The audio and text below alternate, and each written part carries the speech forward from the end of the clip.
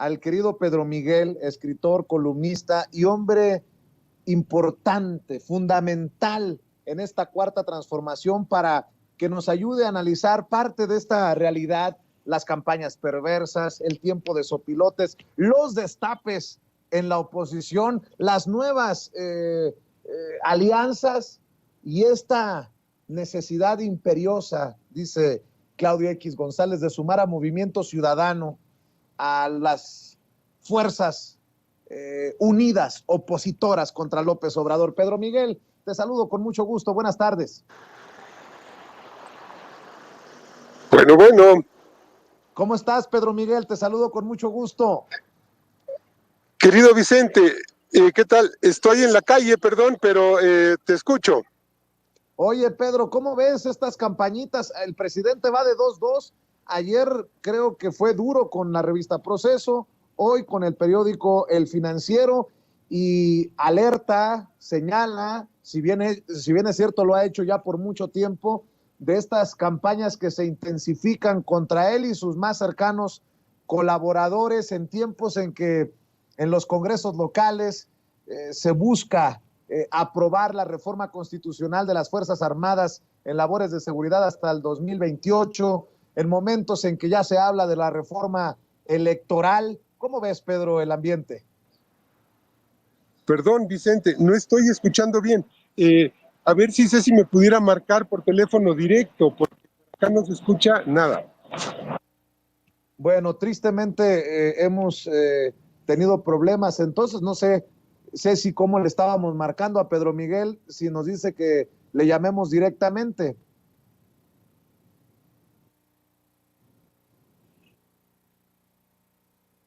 Bueno, creo que no tenemos entonces a Pedro Miguel, o tenemos problemas para que nos escuche.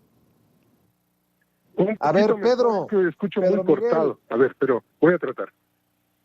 A ver, vamos a ver si nos puedes ayudar a entender esta realidad que se mezcla entre campañas perversas de los medios que son exhibidos por el presidente, con esta oposición que está en temporada de destapes y también en medio de dos discusiones importantes en los congresos locales, las Fuerzas Armadas en labores de seguridad hasta el 2028 y la reforma electoral.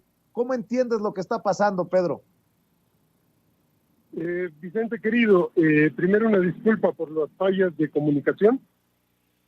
Creo que se ha recrudecido la ofensiva de la oligarquía reaccionaria y neoliberal y se ha extendido.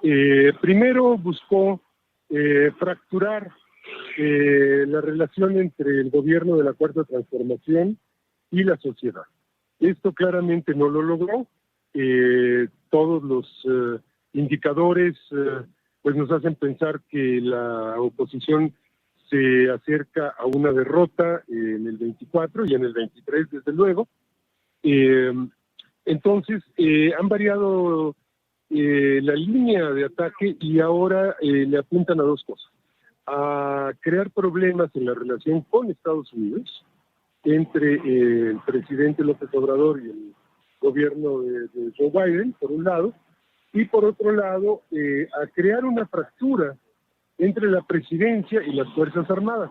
Creo que a esto apuntan las campañas, yo digo que son los penileyazos, los lauleonazos, los guacamayazos, los lloretazos, etcétera, que tratan de romper relaciones que son fundamentales para el buen desarrollo de la transformación en la que estamos empeñados. Y creo que también están fracasando porque no tienen nada sustancial que decir, no tienen nada de fondo, no tienen, es decir, la 4T no guarda esqueletos bajo la alfombra ni en el armario. Todo lo que se ha encontrado de guacamaya pues son asuntos menores, poco relevantes, que de ninguna manera justifican una ruptura como la que se pretende desde los partidos de la oposición, Claudio X González, la Coparmex y desde luego instancias internacionales de la ultraderecha que que evidentemente han dejado un sello en este operativo que ha sido Guacamaya, ¿no? Y por el lado de la relación con Estados Unidos, afortunadamente se ha consolidado un modelo muy sólido de relación en el que cada asunto se dirime, se gestiona en su propia pista, en su propio canal, sea la economía, sea el comercio, sea la política, sea la seguridad, y también allí me parece que de manera muy clara, pues esta ofensiva se ha ido reduciendo prácticamente a la nada, no ha incidido en los índices de popularidad de López Obrador, ni en la intención de voto de Morena para el año entrante y para el 2024. Del nivel del fracaso de la oposición política es la intensidad de los ataques desde los medios de comunicación que pues no comulgan con esta cuarta transformación. En otras palabras, pues seguiremos viendo esto en la mañanera y el presidente poniéndolo en términos peloteros, bateándolos. Sí, esto se va a intensificar. Esto se va a intensificar porque conforme se acercan procesos electorales, pues crece la desesperación opositora que desde luego ya dio esfumarse sus posibilidades de interrumpir la cuarta transformación, lo que significa pues 6 años más, Vicente, de pérdida de negocios corruptos, de pérdida de influencias, de pérdida de dinero, ¿no? Concretamente, fíjate, hace unos días el presidente López Obrador informaba en su informe, concretamente, que entre el combate a la corrupción y el ejercicio del pago de impuestos, las arcas han recibido más de 4 billones de pesos, 4.100.000.000.000 de pesos. Bueno, ese es el tamaño de lo que se le ha quitado a estos estamentos que son políticos, que son mediáticos, que son corporativos y que me parece a mí también son delictivos. Entonces, pues se va a agudizar, se va a intensificar y creo que el presidente López Obrador va a seguir en su línea. Bueno, la verdad por delante, lo que se tenga que investigar, que se investigue, y creo que esto neutraliza toda la ofensiva mediática. Hay que decir que los medios, la masa mediática, los medios tradicionales, en su inmensa mayoría son parte de la oposición, son parte de los intereses afectados, ¿eh? Pues no hay que olvidarse cuánto dinero recibieron de los gobiernos oligárquicos, no hay que olvidarse de los negocios sucios, no hay que olvidarse que empresas periodísticas se dedicaron a construir cárceles, por ejemplo. En fin, pues sí se va a agudizar, pero creo que hay que mantener la calma, la serenidad y estar siempre alineados del lado de la verdad y del lado de los intereses nacionales y populares. Oye, Pedro, yo sé que andas ocupado, nada más para cerrar, después del guacamayazo, que resultó un petardo, hasta Sergio Sarmiento decía, oye, pues no fue la gran bomba, el hackeo más grande de la historia, como lo vendió Carlos Loret de Mola. Después de este libro, El Rey del Cash, que hasta López Dóriga dijo que quedó a deber porque no había pruebas. Después de la Casa Gris, que resultó la investigación gris. Después de todo esto que hemos visto, pues yo pregunto, ¿qué intentan que no han podido y qué seguirán intentando para tumbar al presidente Andrés Manuel López Obrador? Digo, ya se metieron con la familia, ya se metieron hasta una relación de alcoba para contar cosas que según ellos iban a tumbar al presidente y no han podido. ¿Qué más? ¿Qué más? Prepara desde tu perspectiva, desde tu trinchera, prepara la audiencia de Sin Censura, Pedro. Bueno, pues tal vez descubran que López Obrador come niños, ¿no?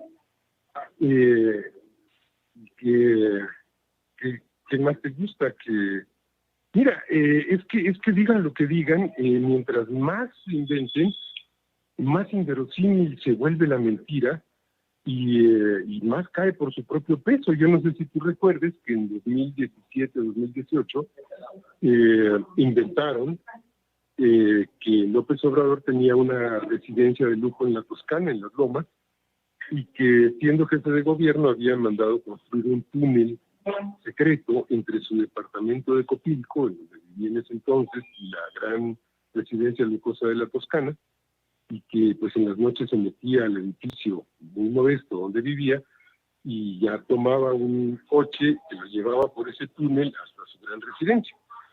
Bueno, mira, eso no tiene límites, lo dijeron. Y en 2018 sacaron otra inmundicia que se llamaba Pejelix, también presumiblemente financiada por Claudio X González, que pues, hizo una serie de inventos increíbles. Pues van a seguir. Yo creo que no hay que sorprenderse y hay que mantener la cabeza fría y esperar toda la ignominia de ellos. Creo que no tengo bases para afirmarlo de manera contundente, pero creo que hay una relación entre los hechos delictivos que a veces despuntan y la desesperación opositora, porque a fin de cuentas, pues es claro que vínculos criminales que quedaron entre instancias de los gobiernos anteriores y las organizaciones delictivas, pues se mantienen, ¿no? Entonces, sí que Epigmenio Ibarra lo ha señalado, por ejemplo, esa coincidencia extraña entre que cada avance de la 4T es respondido con una masacre, con un hecho de sangre de los grupos delictivos, ¿eh? Esto es muy significativo. No tenemos bases concretas para asegurarlo, pero creo que hay indicios que permiten sospechar que van en ese sentido y pues, no sé, de no ser por eso, mira, un golpe de Estado no lo van a lograr, porque las Fuerzas Armadas yo creo que mayoritariamente están con el proyecto de la Cuarta Transformación. Una rebelión popular, pues menos la van a lograr, pues cada vez que salen a la calle, pues son 100, 200, ¿no? Vociferantes. Tampoco van a lograr una invasión de Estados Unidos, que es como el sueño húmedo de Raimundo Riva Palacio, de Denis Dresser, porque pues en el gobierno de Estados Unidos impera una mínima sensatez, incluso cuando ese gobierno es encabezado por Trump, ¿no? Entonces, pues como que sus apuestas se van reduciendo y van viendo que lo único que les queda es perder elecciones. Querido Pedro, estamos al pendiente, te agradezco mucho este enlace telefónico, te mando un abrazo y estamos en comunicación. Querido Vicente, abrazos para ti, para toda la banda y una disculpa por los inconvenientes. Que estés muy bien. No pasa nada. Muchas gracias, Pedro Miguel. Una voz importante para entender esta realidad de la Cuarta Transformación y las reacciones desde la oposición, escritor, analista y amigo de Sin Censura, Pedro Miguel, en este espacio libre como el viento. Permítame despedirme aquí agradeciéndole su sintonía.